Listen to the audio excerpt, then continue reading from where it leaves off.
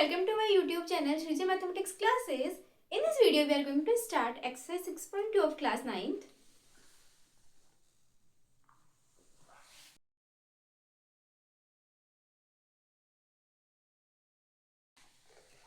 Question number 1. In figure, if AB is parallel to CD, CD is parallel to EF, and Y is to Z equals to 3 is to 7, find X. AB parallel given है CD के, given AB is parallel to CD and CD is parallel to EF. Y is to Z given है 3 is to 7. To find X find करना है. Then solution. AB parallel है CD के और CD parallel है EF है. EF के तो AB भी पैरेलल हो जाएगा EF के. AB is parallel to CD and CD is parallel to EF. So AB is also parallel to EF. AB EF के पैरेलल हो जाएगा तो ऑल्टरनेट एंगल्स X और Z दोनों इक्वल हो जाएंगे.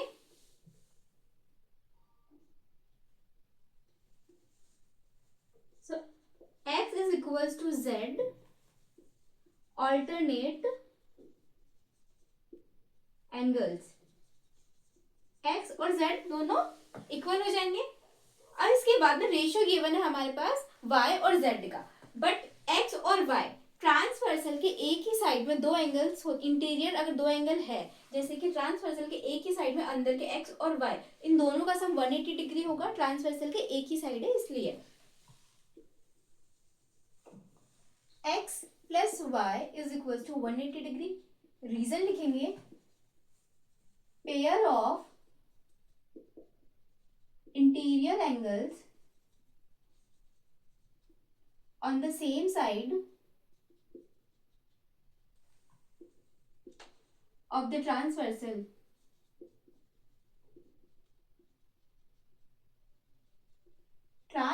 के एक ही साइड के इंटीरियर एंगल्स का सम हो जाएगा 180 डिग्री और x z के इक्वल है. तो z plus y is equal to 180 degree. z और x Z और Y रेशियो में गिवन है.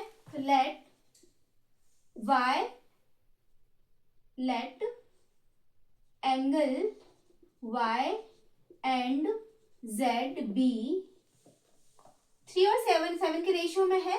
रेशियो में इसका मतलब किसी न किसी एक कॉमन नंबर से मल्टीप्लाई हो रखे होंगे. तो 3A एंड 7A. XY तो हमारे पास गिवन है तो हम A मान लेते हैं मल्टीपल में. 3A तो Y हो जाएगा और 7A एंगल Z हो जाएगा.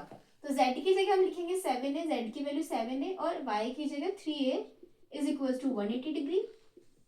7A plus 3A 10A is equal to 180 degree. A is equal to 180 degree divide by 10. 10 और A दोनों यहाँ मल्टीप्लाई में तो 10 यहाँ डिवाइड में हो जाएगा. 0 से 0 cancel. A is equal to 18 degree. A की वैल्यू 18 डिग्री है, इसका मतलब हमें बस Z तो हो जाएगा 7A. हमें सिर्फ Z की वैल्यू चाहिए क्योंकि हमें X फाइंड करना है. Z की वैल्यू है यहाँ पे 7A और Y की value 3A. 7 into 18 degree is equals to, और ये 3 इंटू 18 डिग्री. 18 3 जा 54 डिग्री और 18 7 जा 126 डिग्री. तो Z और Y दोनों की वैल्यू आ गई, बट हमें X की वैल्यू फाइंड करनी थी और x is equal to z और z की वैल्यू आई है 126 डिग्री.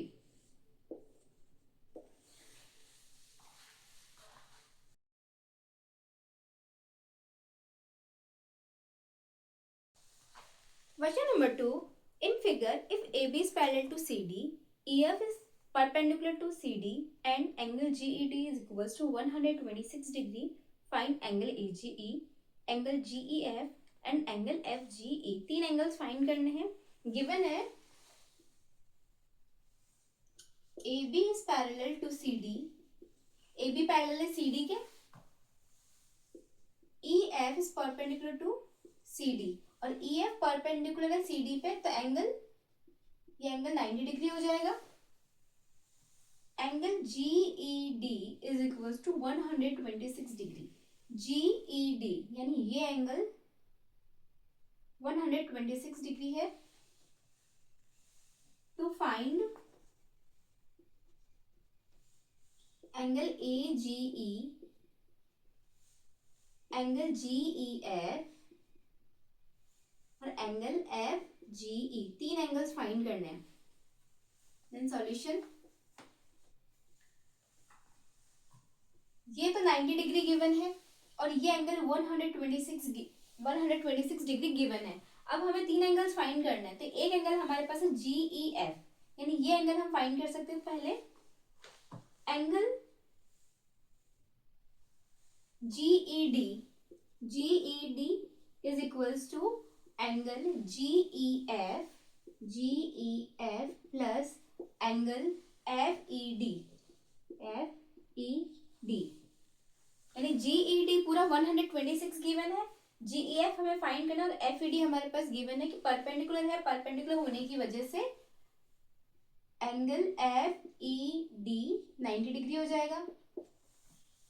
GED की वैल्यू गिवन है 126 degree is equals to angle GEF plus FED given है 90 degree. Angle GEF is equals to 126, 90 degree को शिफ्ट करेंगे 90 degree. Angle GEF is equals to 126 में से 90 डिग्री सब्ट्रैक्ट करना है, तो वंस प्लेस से वंस प्लेस सब्ट्रैक्ट करेंगे और टेंस प्लेस है टेंस प्लेस, 100 वाली प्लेस है 100 वाली प्लेस, तो 6 में से 0 सब्ट्रैक्ट करना है तो 6, 2 में से 9 सब्ट्रैक्ट करना है, बट 2 छोटा है तो 9 सब्ट्रैक्ट होगा नहीं, तो ये अगली वाले डिजिट से बोरो लेगा तो ये 12 बन जाएगा। अगली डिजिट 1 की जगह 0 कम हो जाएगी, तो 12 में से 9 गया तो 3, और इसके 100 वाली प्लेस में 0 हो गया, यहाँ पे 100 वाली प्लेस में कुछ है ही नहीं, तो 0 माइनस 0 0, तो 36 डिग्री। GEF की वैल्यू आ गई 36 डिग्री। GEF हमने फाइंड कर लिया। नेक्स्ट ये एंगल आ गया 36 डिग्री। अब ये एंगल आ गया, एक एंगल हमें फाइंड करना है AGE, ये वाला एंगल फाइंड करना है AGE और GED दो पैरेलल लाइंस के बीच में ऑल्टरनेट एंगल्स बन रहे हैं, तो angle AGE is equals to angle GED, और रीजन है ऑल्टरनेट एंगल्स, क्योंकि AB और CD पैरेलल लाइंस हैं तो ऑल्टरनेट एंगल्स बन गए। Angle AGE is equals to, और GED की वैल्यू ऑलरेडी गिवन है 126, तो एंगल AGE की वैल्यू हो गई 126। ये एंगल भी फाइंड करो। Third angle, angle FGE, FG और E, इस एंगल की बात करें, ये एंगल और ये एंगल दोनों मिलके लीनियर पेयर बना रहे हैं, 180 डिग्री बना रहे हैं, तो angle AGE plus angle FGE is equals to 180 degree, और रीजन है linear pair of angles. Angle AGE अभी फाइंड किया 126 degree plus angle FGE is equals to 180 degree. Angle FGE 126 को शिफ्ट कर देंगे is equals to 180 degree minus 126 degree. Angle FGE is equals to 0 में से 6 subtract करेंगे, 0 में से 6 होगा नहीं तो 0 कैरी ले लेगा, 8 से उधर चला गया 1 तो 10, 0 से 10 बन जाएगा, और 10 में से 6 4 आ गया। अब 8 की जगह 7 रह गया, 7 में से 2 को सब्ट्रैक्ट करना है 5, और 1 में से 1 सब्ट्रैक्ट होगा तो 0, यानी FGE एंगल की वैल्यू आ गई 54 डिग्री। तीनों एंगल्स फाइंड हो गए, तीनों फाइंड करने थे। एंगल GEF 36 डिग्री आया है, angle AGE is equals to 126 degree और angle FGE is equals to 54 degree. Hence angle GEF 36 degree, angle AGE is equals to 126 degree and angle FGE is equals to 54 degree.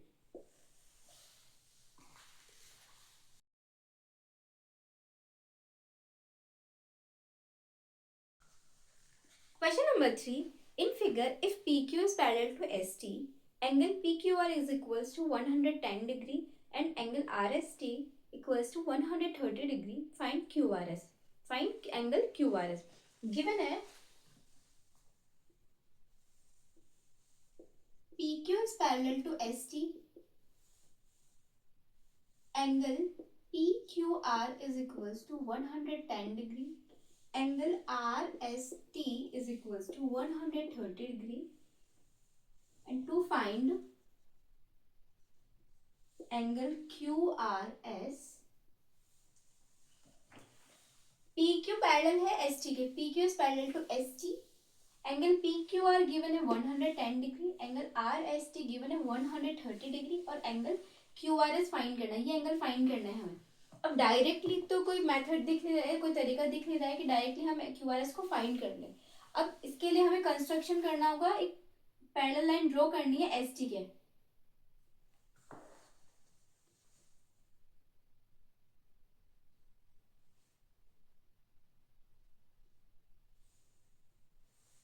Construction करेंगे. Draw a line XY parallel to ST के parallel एक line draw कर लेंगे XY. अब line draw करी तो PQ ST already PQ के parallel है और ST XY के भी पैरेलल है, तो इसका मतलब इनडायरेक्टली क्या हो जाएगा, PQ भी XY के पैरेलल हो जाएगा. Proof, solution. PQ is parallel to ST and ST is parallel to XY, so PQ is also parallel to XY. अब XY के पैरेलल है, PQ और XY पैरेलल है. पैरेलल होने के बाद QR एक ट्रांसवर्सल बन रही है और ट्रांसवर्सल के सेम साइड दो एंगल्स, इंटीरियर एंगल्स का सम 180 डिग्री होता है. Angle PQR plus angle XRQ is equals to 180 degree. Pair of interior angles on the same side of the transversal. Transversal के एक साइड के इंटीरियर एंगल्स का sum 180 degree होता है. Angle PQR given है 110 degree plus angle XRQ is equals to 180 degree. Angle XRQ is equals to 180 degree minus 110 degree. Angle XRQ is equals to 70 degree. XRQ आया 70 degree. ये angle आ गया हमारे पास. अब इसी तरीके से हम ये वाला एंगल भी फाइंड कर लेंगे. Angle RST plus angle SRY is equal to 180 degree और रीजन सेम रहेगा. Pair of interior angles on the same side of the transversal.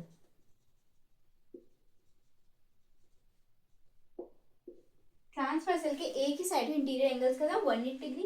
Angle RST given है 130 degree plus angle SRY is equals to 180 degree. Angle SRY is equals to 180 degree minus 130 degree. Then angle SRY is equals to 180 minus 130 is equals to 50 degree. तो angle SRY आया है 50 degree. ये angle भी आ गया 50, ये 50 आ गया और ये 110. तो एक स्ट्रेट लाइन बन गई और एक स्ट्रेट लाइन के लाइन पे स्ट्रेट एंगल बनेगा यानी 180 डिग्री. तो 180 इन तीनों एंगल्स का सम हो जाएगा 180 degree. Angle XRQ plus angle QRS plus angle SRY is equals to 180 degree और रीजन है स्ट्रेट एंगल.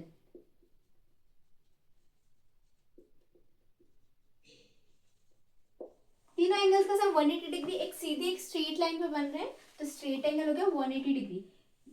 आर क्यू की वैल्यू है 70 डिग्री आई है, plus angle Q R S find करना है, plus angle S R Y की value है 50 degree is equals to 180 degree.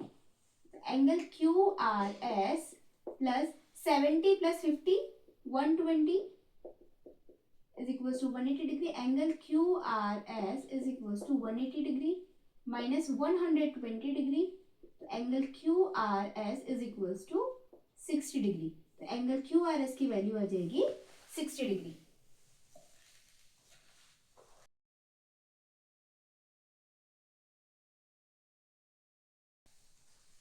Question number 4.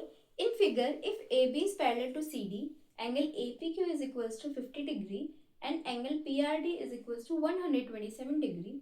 Find X and Y. Given है AB is parallel to CD, angle APQ is equals to 50 degree, angle PRD is equals to 127 degree. To find X and Y. Then solution. AB parallel given है CD के, AB is parallel to CD. Angle APQ 50 degree given है और PRD 127 degree given है। अब जो चीज given है इससे स्टार्ट करेंगे। X और Y फाइंड करना है। तो फर्स्ट चीज हमें given है कि AB is parallel to CD. AB parallel है CD के और एक ट्रांसवर्सल है PQ, तो 50 डिग्री और X दोनों इक्वल हो जाएगा। Alternate angles AB is parallel to CD, so angle APQ is equals to angle PQR.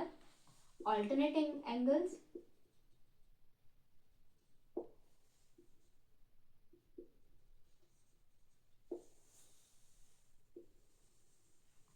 Angle APQ तो है 50 डिग्री और एंगल PQR है X, यानी X की वैल्यू आ गई 50 डिग्री। X और 50 डिग्री दोनों ही ऑल्टरनेट एंगल है क्योंकि AB और AB पैरेलल टू CD गिवन है। नेक्स्ट है सेम वही चीज कि AB पैरेलल है CD के, तो APR angle APR is equal to PRD, same वही चीज के alternate angle APR is equals to angle PRD, same reason, alternate angle.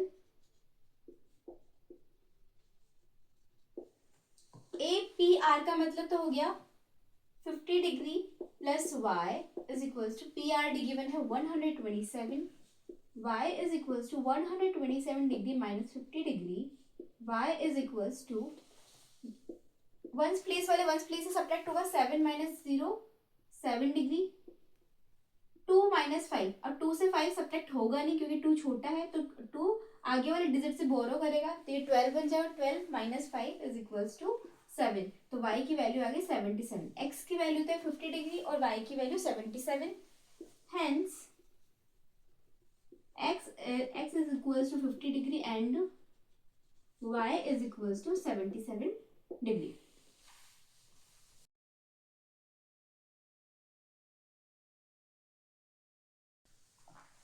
Question number 5. In figure, PQ and RS are two mirrors placed parallel to each other. An incident ray AB strikes the mirror PQ at B.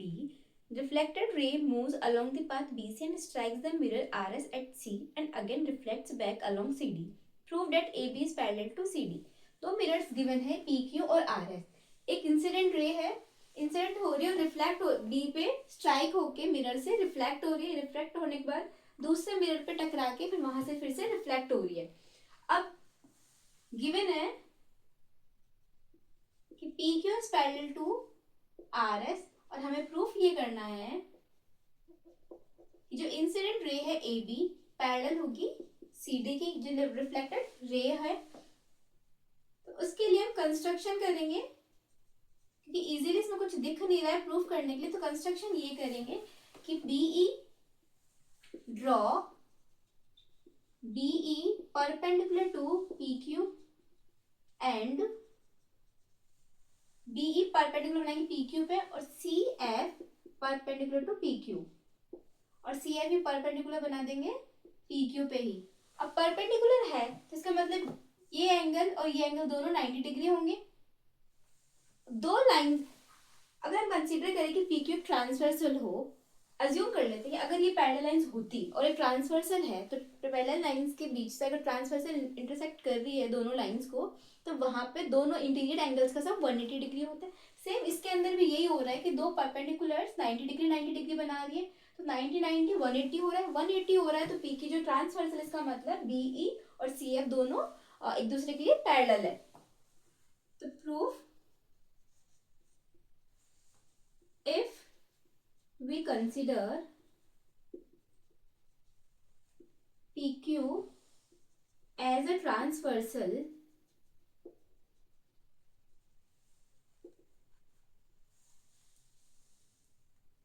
angle B, पूरा नाम लिख लेते हैं, angle F B E and angle B F C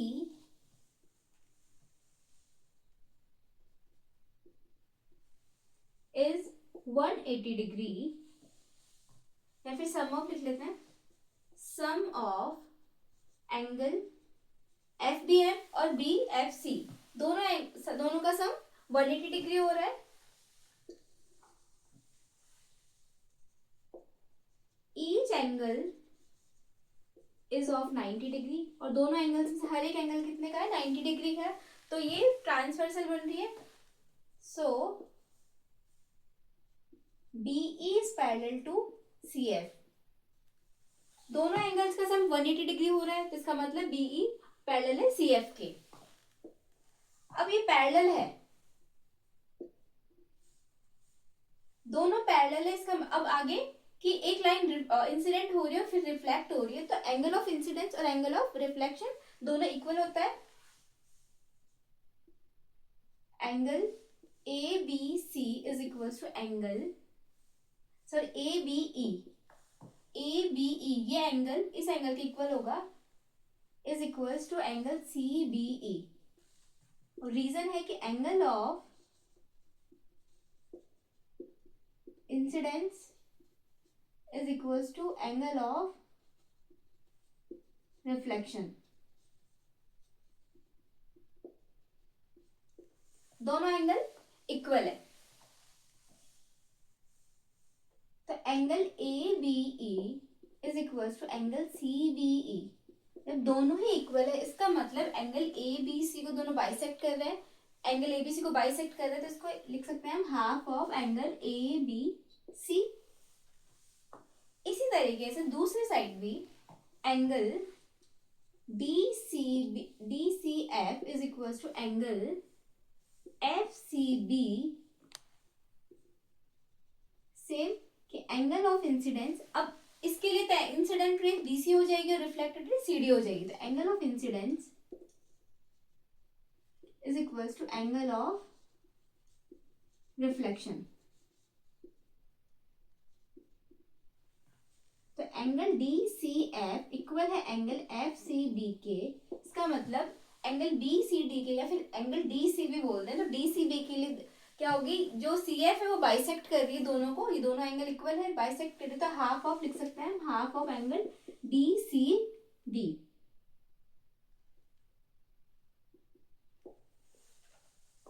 DCF और FCB को दोनों को हम लिख सकते हैं हाफ ऑफ DCB। और अब आगे BE पैरेलल है CF के, तो ये एंगल इस एंगल के इक्वल हो जाएगा, ऑल्टरनेट इंटीरियर एंगल बन जाएंगे। Then angle CBE, angle CBE is equals to angle FCB, और रीजन हो जाएगा ऑल्टरनेट एंगल, दो पैरेलल लाइंस के बीच में ऑल्टरनेट एंगल्स इक्वल होंगे, ये दोनों एंगल इक्वल है, तो इन दोनों की जगह CBE angle C B E की जगह हम लिख सकते हैं half of angle A B C, और एंगल एफ सी बी की जगह हम लिख सकते हैं half of angle D C B. ये 1 ले लो, ये 2 ले लो। From 1 and 2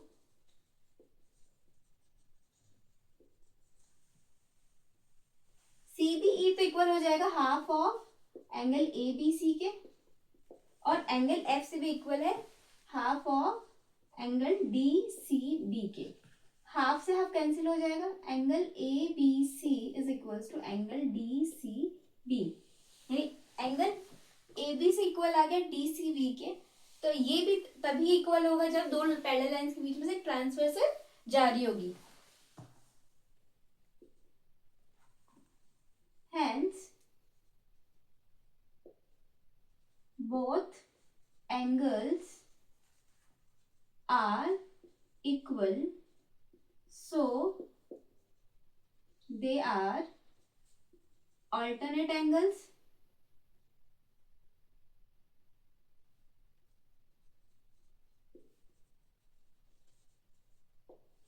Therefore, AB is parallel to CD.